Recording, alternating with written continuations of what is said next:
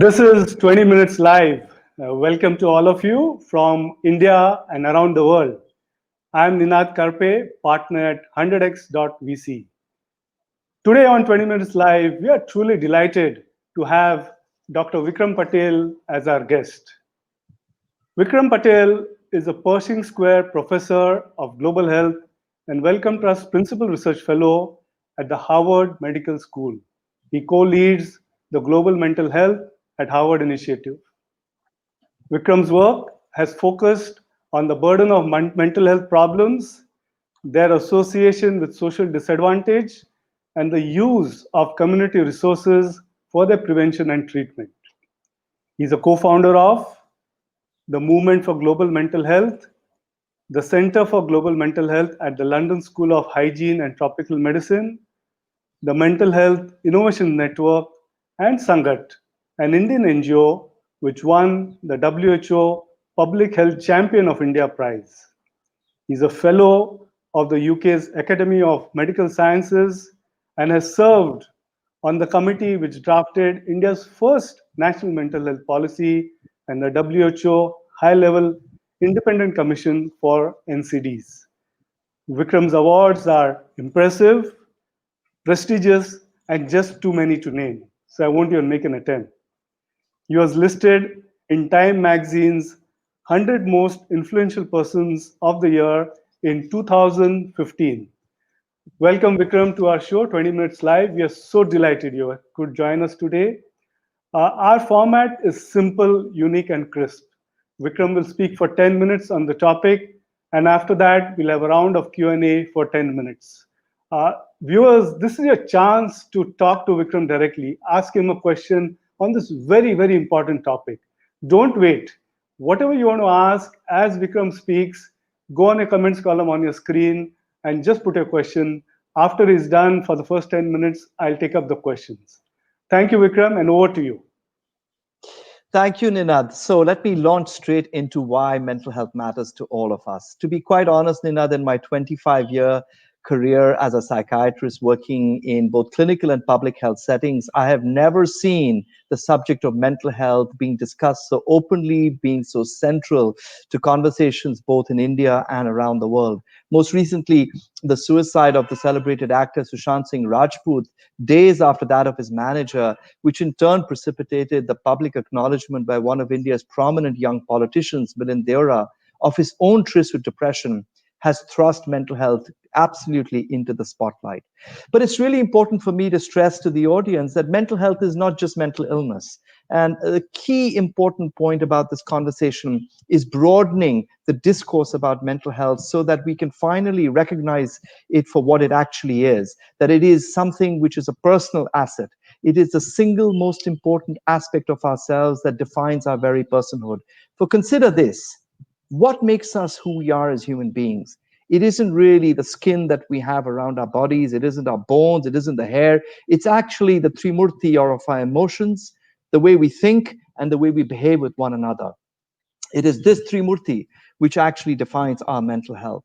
And it's important also to recognize that our conscious awareness and our mental health is with us right through our life, both when we're awake and when we're asleep, and is the foundation of the capabilities that we have, capabilities that are essential in our day-to-day life, things that we actually often take for granted until, of course, our mental health is impaired and we realize how precious and important it is in our everyday life.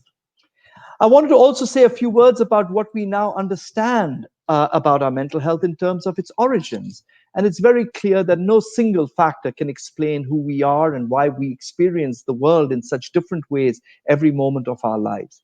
It's very clear that our genes play a role, but it's also very clear that our early life experiences, particularly in the first 2 decades of our life at home and in school, and then our current environment, at work, for example, or in our relationships, profoundly affect our mental health. And if you begin to imagine the unique nature of this complex interplay of genes, early life experiences, and what's happening to us right now, you can begin to see why each person's mental health is the product of a very unique personal life story. Now, I want to turn to the issue about, of course, mental health in the time of this pandemic. I think of the mental health consequences of this pandemic as playing out in two broad phases. The first phase is where we are right now. It began really at the beginning of the year, and I would call this the pandemic of fear. It's largely the result of the profound uncertainties that have overwhelmed all of our lives. If one considers the sheer breadth of these uncertainties, Ninad, from our personal risk of being infected, the fear for our family and friends, the fear about being lonely, the hassles of working from home and not knowing when that will end, and of course, the broader existential fear about when our country will return to normal, when this world will return to normal. If you consider all these uncertainties and recognize that uncertainties are probably the most toxic influence on our mental health, then it is not at all surprising that experiences of anxiety, fearfulness, sleep problems, irritability, fluctuating moods, and hopelessness have become widespread. The important point I want to make here is that these are completely rational responses of our minds to the extraordinary realities we are facing. Let us not forget that anxiety is an evolutionary response to uncertainty, and it is intended to make the human being prepared for the uncertainty. What is really dangerous is when that uncertainty persists for as long as it has now, and there is no signal of when it might potentially end. That is when this chronic, enduring uncertainty and anxiety begins to wear away at our mental health. And that takes me to the second phase that is going to play itself out in the months and years ahead. And to me, this is far more sinister because this second phase promises the emergence of an epidemic of clinically significant mental health problems. And here I want to really refer to the work of the Nobel Prize winning economist Angus Deaton, who has documented the profound impact of the last recession that mainly affected America, the US, where he demonstrated that a reduction of life expectancy in working age Americans was largely driven by suicide and substance use. By all accounts, the economic recession facing the world and India in particular will be incomparably greater than what happened in 2008. And it's important for us to remember, Ninad, that our healthcare system has been completely unable to address mental health needs. By the accounts of the government's own statistics, about 10% of India's people were affected by clinically significant mental health problems before COVID 19. And back then, less than 5% of India's people were able to access mental health care. Can you imagine the perfect storm that this makes for the future of the mental health of our people? And let's be very clear that the mental health problems that affect individuals also profoundly affect their families. And for those of you who work in the business sector, they profoundly affect economic productivity. And this is why mental health problems are recognized as one of the leading drags on the economies of nations. Let me end by looking at the solution, really. One of the important things that's happened in the last 4 months has been the flourishing of initiatives to address mental health difficulties, particularly through telemedicine platforms. And this is very welcome. However, it's important to remember that the telemedicine platforms can only reach some people because of the large digital divide in our country. Nevertheless, these initiatives are very welcome, and I hope that we will see a lot more people accessing mental health care using these platforms. But for me, what holds the greatest promise for a country of our size, our diversity, and the lack of resources in most parts of our country are the frugal innovations that organizations like Sangat have been developing. And I want to end with one tremendous example of such an innovation. Sangat, about 5 or 6 years ago, developed a 6 session treatment for depression, a psychological treatment that was designed to be delivered by peers, by community based workers, by pretty much anyone, including anyone in the audience. And we were able to demonstrate the effectiveness of this intervention in routine primary healthcare settings in Goa. This work was replicated in Nepal, has now been taken to many other developing countries. But here's the amazing thing, Ninad. This treatment is being taken to the US and Canada as I speak. An innovation that was developed primarily for low resource settings in India by an Indian NGO is now being reverse engineered for outreach and scale up in two of the world's wealthiest countries. I think in this way, we're able to reimagine what mental health care can look like. And at the heart of this reimagination is that mental health is everyone's business, not just that of mental health specialists. So that in the long run, as we begin to think about how we rebuild our mental health care system, we're not only putting more money into the system, but we're also embracing the diversity of the experiences of mental health and the strategies which work well beyond the narrow confines of what I call the 3Ds: doctors, diagnoses, and drugs. I can't imagine a more valuable investment in response to what I consider the most serious crisis facing our country since our independence. Thank you. Thank you, Vikram. The most serious crisis facing our country. You narrated the problems. You also gave solutions. That was fairly comprehensive in the 10 minutes. I would like to jump straight, if you don't mind, to a lot of questions which have come from viewers. And since there are tons of questions, your response ideally could be as crisp as possible. So Luis Miranda has asked two questions, and I will try and combine both.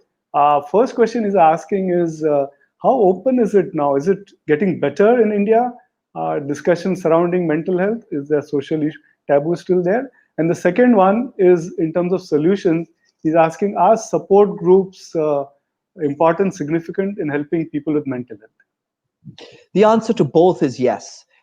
Very briefly, I cannot imagine a time when we were more able to talk about mental health in the way we are now, without fear, without shame, and without really any kind of stigma. And the way the media has been reporting mental health, generally speaking, has been far more sensitive and far more in depth than it used to be in the past. So yes, stigma is much less. And secondly, yes, support groups are incredibly powerful. And let me tell you one thing. I think the lived experience of mental health problems is one of the most powerful ways of destigmatizing mental health. The personal story is a very powerful way, but it's also a very powerful way of extending support to others who are suffering, because these are experts by experience. I call them that, rather than experts by professional training, as is in my case. So we need both kinds of expertise to help people recover. So Janki was with me in college. She's now in Chennai. She's asking, is this period led to women facing mental health issues because fear of domestic violence has increased? Has it increased, and has the fear and mental challenges surrounding that increased? Yeah, absolutely, Janki. I didn't, in the short time I had, I did not really say a very important point, that the mental health problems that we're seeing in our population are not evenly distributed. Certain groups are much more at risk, and one important such group is women, for two reasons. Of course, it's linked to the gendered nature of relations, social relations in India, and so that affects two important aspects. First of all, it increases the risk of gender-based violence, and yes, there is very concrete evidence that's happening. Women's reproductive and sexual health needs have also not been met because of the closure of health services. By some estimates, there have been 5 million unwanted pregnancies in the last 4 months. So, this is profoundly going to affect women's well-being beyond just violence. And the second, of course, is the fact that women have now pivoted to doing all their roles from home, which means that women who are working now are saddled not only with their work, but also their home duties, because they're stuck at home, and because their kids are not going to school, they're also stuck now with parenting duties. And so in the highly gendered nature of social relations in India, this means women are having to bear a triple burden during this last 4 months of our lockdown. So Manish is asking a very short and sweet question. You referred to telemedicine. He's asking about health apps in general, or wellness apps. Are they somewhat effective, if not very effective? They're definitely somewhat effective. The problem with these health apps is that very few people engage with them. But if you're persistent with these apps, it's important to remember that thousands of apps, and I would strongly recommend you just go online to look at which apps have been reviewed by independent agencies, for example, the FDA, and you will see that certain apps have got a much stronger evidence base backing them in terms of the effects they have, and I would recommend using those apps. Not all these apps are free, by the way, but I think it's good value for money, because you can actually use those apps at your own pace. The key point here to make is that the apps only work if you engage with them. If you give up after a couple of logins, then they're obviously not going to work, just as if you don't follow up with your therapist and complete a course of treatment. The best kinds of apps are the ones that also involve some coaching, and there are certain apps that allow you to access coaches as well. Those give you the most bang for your buck, but of course they will cost a bit more as well. So there are two, three people, who want more details of your 6 point program, which you mentioned. Can you kind of direct them to a website? Or one person, in fact, is asking, is it open source? How do I know get more details? There are a couple of people who have asked questions. Yeah, so this treatment is very much open source, because it's done through the work of a publicly funded medical research charity and through an NGO. So the treatment's called the Healthy Activity Program, and it's available on the Sangat website. That said, to learn the treatment, we are currently restricting this only to health workers because, for obvious reasons, we don't think this is like driving a car where you can become an Uber driver by just getting a license. I think there needs to be some safeguards as well. We do want not to dilute the importance of depression as a very significant cause of suffering. And this treatment is for people with clinically significant depression. It's not, as it were, for people who are going through periods of feeling distressed because of acute events. And so for now, we're restricting this to working with state governments, their healthcare systems, and in the US, we're working with, again, mental health programs. But we hope that once these curricula have been tested within organized healthcare systems, that we will also, in a managed way, make them available for the general community. And that is certainly work we are launching right now. And hopefully within the next 6 to 8 months, we will have curricula available for the general public. So there are one or two questions, including a girl, Ashna, who's probably a startup entrepreneur founder. As you're familiar, India is a lot of startups are coming up, and she's asking, entrepreneurship or startups leads to a lot of stress, and obviously it can lead to mental health problems. Is there any particular tip or anything special you would like to say to particularly the young people watching this program now? Yeah, More in startups and not so in startups, but a young crowd. Yeah. So first of all, I want to just stress the point I made earlier that if you're feeling distressed, you're not alone. Actually, it's probably the norm to feel distressed right now. And I think you should first recognize that these are extraordinary situations, and no human brain was wired to experience something like what we've experienced right now. So just accept it, acknowledge that this is an extraordinary situation and your brain is reacting to that with these sorts of distressing feelings. That said, you need to acknowledge your feelings as well. And I often give the analogy, if you had an acute pain in your chest suddenly, what would you do about it? Well, the first thing you do is recognize there's something wrong, and you'd immediately go to someone you love or someone you trust and say, hey, I've got this problem, right? Do the same. Do the same with distressing emotional experiences. Treat it like the chest pain, but it's happening in your mind. Seek help by talking to someone you love or trust. I think there's a lot of other general mental health promotion stuff that I think you can find on the web. For example, stick to your routines, make sure you get some exercise in. But I think those are all going to help you as much as you can imagine. One more thing I will say that is very helpful is finding quiet time. Again, I'm sure you read about this. Try and censor the amount of time you spend with news and on the internet. Just find some quiet time. Quiet time means time where you can be a bit more meditative, reflective, and not connected to anything or which involves contact with the digital world. So, do you recommend a digital detox, periodically? Oh, absolutely, absolutely. I mean, if you had to ask me, that's how I manage my own mental health. I manage for me, my work is completely pivoted online. Ninad, I'm an academic. I have students. I have research programs, and so I spend a lot of time potentially doing this. And I have to make sure that I manage my time very, very effectively to ensure that I don't spend so much time online that it overwhelms me. That said, by digital, I also meant media. Right. To restrict the amount of time that you're accessing the news and reading, forwards and so on and so forth. I am very, very disciplined with how I manage my time doing that too. So, Vikram, there are a couple of people. I'm trying to again paraphrase in the interest of time. You did mention you go and speak to your loved ones. So the question is surrounding that. What should be the first port of call if a person feels, he or she is anxious and probably getting into some mental health related issues? Can you just kind of again reiterate probably? So I would say in more general, in a more generic way, it would be somebody that you trust. There is no one person that applies to everyone, obviously, because we're such a diverse people. But for me, for example, that would be a very close friend. It would be my wife. These would be the two people I would probably go to first. My sister. And so these are an example of people. I have in the past, when I've had difficulties with my mental health, I have consulted, for example, a colleague, but that's because I have access to colleagues in the mental health professional field.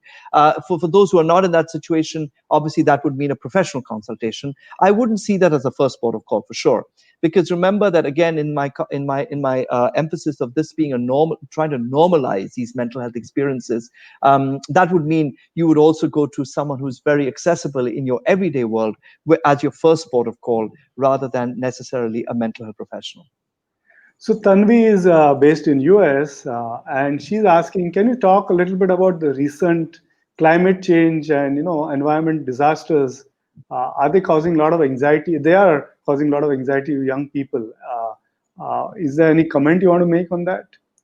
Yeah, absolutely. There's a lot of evidence on this. If you just think of what does climate change do? Climate change makes livelihoods more uncertain. For example, if you're in agriculture, that's going to make your livelihoods more uncertain. And the other thing it does also is it creates extreme events that cause huge amounts of humanitarian crises, like floods and so on. So if you think of both of these of well-established factors that affect your mental health, you can begin to see the chain of events from climate change to poor mental health. And so this is very well recognized. I want to say one thing about young people and how young people are mobilized in addressing climate change. And one of the questions you asked me, Ninad, is what can people do to help manage their mental health? It's to get involved with community action in whatever cause that is really important to you, because one of the really important protective factors to our mental health is being involved in meaningful, purposeful activities that don't only affect you personally, but affect some kind of social a cause that you are most passionate about. And that could be anything. And climate change is obviously one of them. So Vikram, I'll take just last two questions and before letting you go, but I can't let you go without asking just two, three questions. Yasmin is based in Singapore. She is again, my college mate. A lot of my college mates are tuning in. So she and a lot of others have asked again the role of medicine versus therapy, combination of the two. How does it work? Yeah, so the simple answer to this is they both work, but they work for, we don't know for whom it'll work. Unfortunately, the state of science today is that it's still very much a trial and error. What's important to remember is that if you try one thing and it doesn't work, you should try the other one. It isn't a competition between the two. My own preference is to go for psychological therapies first, mainly because there are no side effects. And once you start medication, you really do need to take it for the prescribed duration, particularly, for example, say for antidepressants, we're talking of anything between 6 to 12 months. And so that's a longer term commitment. But psychological therapies are very hard to access, unfortunately, and therefore medication may be the only option. But please don't see this as a competition. It isn't. Try whatever is accessible to you first, stick with it to the natural completion, and if it doesn't help you, then you switch to the other. So I would want to ask you a last question and then ask you probably one or two personal questions. Some people have said, I want to help in this cause. Some one or two people have said, you have particularly been very instrumental in helping people who are socially underprivileged and, of course, financially underprivileged. Is there any way you would recommend, suggest to someone who's now listening to you saying, okay, let me help this cause as a societal cause? And one more person has asked, no, he still finds it taboo to discuss about it. So is there some way in which you can direct them somewhere, they can volunteer time or money, whatever it is, to contribute to this cause? Yeah, I'll answer both those questions in one. To be honest, first of all, I'm so happy that you're, to hear those questions, because, the problem with the conversations about celebrated actors and actresses getting mental health problems is that it serves to perpetuate a myth. And that myth is that mental health issues are problems of the wealthy, people like us. People who are connected, digital, affluent, English speaking. It's not the truth. It's exactly the opposite. Actually, mental health problems are much commoner among those who are facing enormous stresses and don't have the resources to absorb them. And that is typically the poor, the marginalized, etc. And so, of course, it affects everyone in the community. But what I'm trying to say is that the poor have an additional set of stresses that make mental health problems worse in them, and they have no one to turn to. And so I would strongly recommend supporting civil society organizations that are actually reaching out to the poor and ensuring that when they're doing so, they're also addressing mental health components. Or else you also support mental health organizations, particularly, and there are many in India, and of course, Sangat is one of them, which is working explicitly with socially disadvantaged, rural, remote, marginalized populations. So there are many NGOs, and I'm very happy to speak to people separately about good examples of organizations. I want to also specify that mental health is a very broad range of concerns. Don't forget kids here. Kids with intellectual disabilities, autism, and so on often tend to be forgotten when we talk about mental health. But their needs, and think about this, we talk about schools and what's happening to kids when they're out of school. Think about children with disabilities. No one's even having a conversation about that. Schools were such important places for these children to socially engage with their peers, and now they're stuck at home. And what's happening to them? How are they being cared for? How are their parents coping? We really do need to urgently reach out to these families as well. Okay, great, Vikram. Can I, if you, with your permission, ask you one or two personal question? I'm Of course. sure I can't let you go without that. All of us have been in lockdown, and you also spend a lot of time at home. Is there any new habit or new something new we have picked up in the last 4 months which you've never done before because of so much time you're spending at home? Absolutely. My new habit is walking my dog. We Oh, got a dog about a year ago, but I never imagined I'd be spending so much time with her. I've completely adore her. And okay. so every day it's a ritual for me and my dog to go for a walk. We live in a beautiful little village in Goa. And it's absolutely pleasant. I don't know who enjoys it more, the dog or me, but it's terrific. I really enjoy it very, very much. It's also allowed me to explore little alleys in our village, which I haven't walked down for years. And that's been very, very pleasurable. And the last question is, you do read a lot, is what we know. Any particular book you would like to recommend to our viewers here? Well, I've been reading a lot during this period. So let me think. Well, I'll tell you one book I read very recently, which comes to mind, which I strongly recommend, is Early Indians, and it's a nonfiction book. I actually mostly read fiction, but that's a nonfiction book I really enjoyed because it's a beautifully simple exposition of this amazing new science of genomics, which has helped unpack our ancestry as Indians. And that's also politically and ideologically a very complex area. So it's really wonderful to read a scientific book, but written in a way that is accessible to anyone. And the other book I'm reading right now, again, is a nonfiction book, surprisingly, and a very fat one called Capital by Thomas Piketty. It's a slow but steady read, but I'm learning a lot about economics, which I'm really glad to come to grips with. Great. So, Vikram, would you like to put some closing message to our viewers, and then we'll totally wind it down? Any last one message or two messages to our viewers as we close this session? Yeah, absolutely. I want to just repeat what I said earlier. Mental health is your most important asset. Look after it, be aware of it, acknowledge it, and when it is affected, do something about it. Thank you, Vikram. We're delighted you could join us today. Spend time and give all these messages to our viewers. 20 minutes live is every Thursday. So viewers, remember next Thursday 5 p.m. Again, Vikram, thank you so much for joining us today. It was an amazing session. Thank you so much. Thank you, Nina. Thank you so much. Thank you. Thank you.